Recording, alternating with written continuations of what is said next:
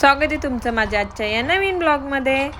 बघा, बाप रे, हे कसं झालं, काय झालं आणि एवढे मोठे दगड कसं काय पडले, त्यासाठी तुम्ही माझा ब्लॉग पूर्ण एंडपर्यंत बघा।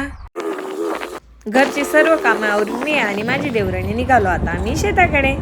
तर आरती बोलती, ताई हळूहळू चालू, आम्ही फर्स्ट टाइम तुमच्या गाडीवर बसले, पाडणार वगैरे तर नाही ना? म्हटले नाही, तू चल म्हटले, मी बरोबर नेते म्हटले तुला शेताकडे। फायनल आम्ही आलो आता शेतामध्ये, मी आणि माझी देवराणी। बघा आमच्या आधी तर बघतं काय, तिथं जेसीबी पूर्णपणे त्याचं काम चालू होतं। मग पटकन तिला खाली उतरवलं, शेतामध्ये गेलो। हा एक गोपाल, तो माझा देर, आणि हा छोटा आकाश, तो पण माझा देर आहे, आणि ती आरती। इकडे माझे सासू सासरे आणि इथे काम करणारे दादा वगैरे बसलेलं होतं झाडाखाली सर्वजण।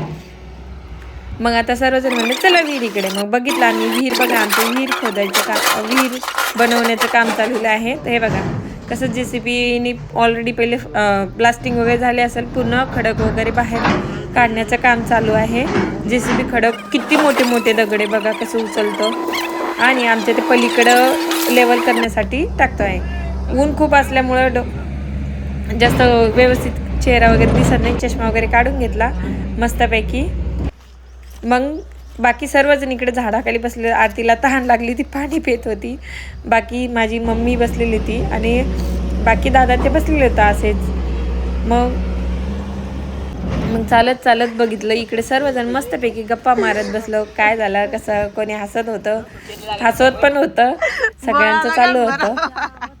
त्याच्यानंतर गप्पा वगैरे मारत होतं मस्तपैकी।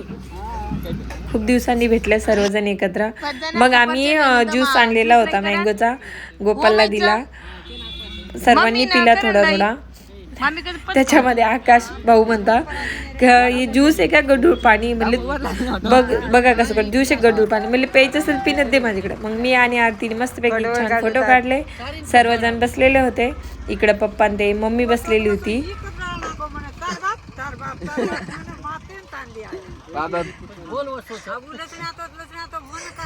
पण म्हणतो आपणच भांडणं करतो का? पण मोठे माणसं पण बोलता, सगळे सर्वजण सारखे। हे बघा नंतर फायर ब्लास्टिंग केली, चालू होती। बापरे, बघा तुम्ही किती मोठे मोठे दगड होते। आम्ही तिथनं पळतच सुटलो, दगड थोडे जवळ होते, तिथून पटकन पळालो। ते बघा कसा।